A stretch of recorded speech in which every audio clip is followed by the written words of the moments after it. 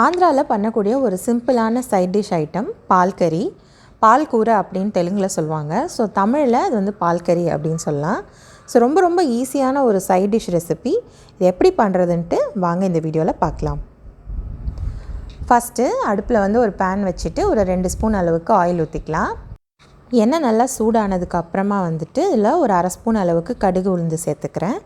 உளுத்தம் பருப்பு கொஞ்சம் கம்மியாகவே சேர்த்துக்கோங்க. நான் வந்து கொஞ்சம் அதிகமாக சேர்த்துட்டேன், ஆனால் அது அவ்வளோ சேர்க்கக்கூடாது.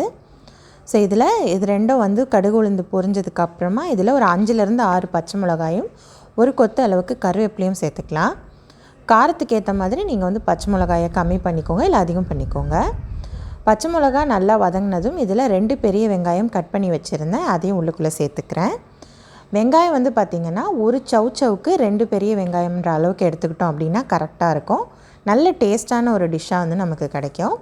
ஸோ வெங்காயத்தை வந்து இப்போ நல்லா வதக்கிக்கலாம்.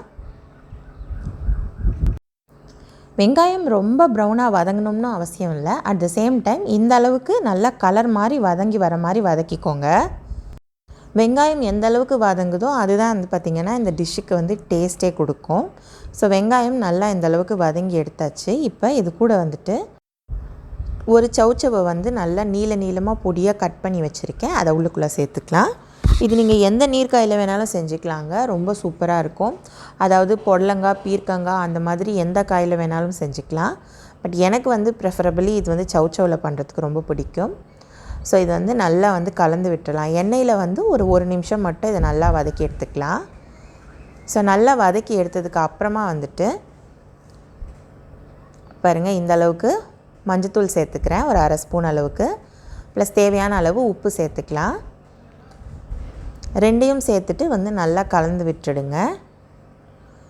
எண்ணெயிலே போட்டுட்டோம் அப்படின்னா மஞ்சத்தூள் வந்து நல்ல ஒரு கலர் கொடுக்கும். நம்ம வந்து தேங்காய் பால் சேர்த்து செய்கிறப்போ அந்த கலர் வந்து கொஞ்சம் எல்லோயிஷாக பார்க்க நல்லாயிருக்கும். ஸோ இப்போ இது வேகிற அளவுக்கு ஒரு 1/4 கப் அளவுக்கு மட்டும் தண்ணி ஊற்றி நல்லா கலந்து விட்டுறலாம். இந்த மாதிரி கொதி பிடிச்சி வந்ததுக்கு அப்புறமா வந்துட்டு ஒரு வாட்டி கலந்து விட்டுட்டு ஒரு தட்டு போட்டு மூடி இது 3/4 வாசி வேகிற அளவுக்கு நல்லா வேக வச்சு எடுத்துக்கோங்க. பாருங்கள், ஒரு 4-5 நிமிஷம் ஆச்சு. நம்ம ஊற்றின தண்ணி வந்து நல்லா சுண்டி வந்துடுச்சு ஓரளவுக்கு. இப்போ இதை வந்து ஒரு வாட்டி கலந்து விட்டுறலாம். கலந்து விட்டுட்டு ஒரு 4லேருந்து 5 தேங்காய் பத்தையை வந்துட்டு பால் எடுத்துக்கலாம். அது வந்து 2ஆம் பால் இது கூட சேர்த்துக்கோங்க. இந்த பால் வந்து நல்லா கலந்து விட்டுட்டு மறுபடியும் அந்த தட்டு போட்டு மூடிட்டு ஒரு 2லேருந்து 3 நிமிஷம் மட்டும் சிம்மில் வச்சுக்கோங்க. 2 நிமிஷம் கழித்து பாருங்கள், நல்லா கொதி பிடிச்சி இந்த மாதிரி வெந்து வரும். இப்போ இதை வந்து நல்லா சமம் பண்ணி விட்டுடுங்க. அடுப்பை வந்து சிம்மில் வச்சுக்கோங்க, இல்லைனா பொங்கி வரும். ஸோ இப்போ இதை வந்து நல்லா கலந்து விட்டுறலாம். 2ஆம் பால் ஊற்றி நல்லா வெந்ததுக்கு அப்புறமா வந்துட்டு முதல் பால் வந்து கடைசியாக சேர்த்துக்கலாம். முதல் பால் சேர்த்துட்டு வந்து நம்ம ரொம்ப நேரம் வந்து கொதிக்க வைக்கணும்னு அவசியம் இல்லை.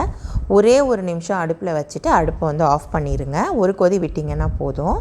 அவ்வளோதான். ரொம்ப ரொம்ப சிம்பிளாக குவிக்காக பண்ணக்கூடிய ஒரு பால் கறி. டைரெக்டாக சாப்பாட்டில் போட்டு சாப்பிட்லாம், இல்லை இட்லி, தோசை, இடியாப்பத்துக்கு வந்து ரொம்ப சூப்பராக இருக்கும். சப்பாத்தி கூடயும் ட்ரை பண்ணி பாருங்கள். காரக்குழம்பு சாதத்துக்கு ரொம்ப சூப்பராக இருக்கும். ட்ரை பண்ணி பாருங்கள்.